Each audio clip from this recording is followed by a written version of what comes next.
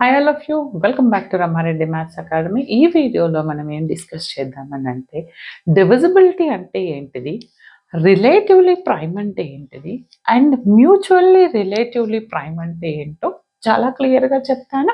ఇది నెంబర్ థియరీలో ఉన్నటువంటి topic and మనకి ఎంఎస్ఎఫ్లో ఉన్నటువంటి టాపిక్. ఎంఎస్ఎఫ్లో మనం చాలా టైప్స్ ఆఫ్ వీడియోస్ చేసాము, ఇది ఇంకొక వర్షన్. కాబట్టి వీడియోని ఎవరెవరికైతే ఎంఎస్ఎఫ్ ఉందో ప్రతి ఒక్కరికి షేర్ చేయండి, బట్ లైక్ కమెంట్ అనేది కంపల్సరీ చేయండి. చూడండి, ఇక్కడ డివిజిబిలిటీ నేను ఆల్రెడీ చాలా వీడియోస్లో మీకు డిఫరెంట్ డివిజిబిలిటీ రూల్స్ గురించి చెప్పాను.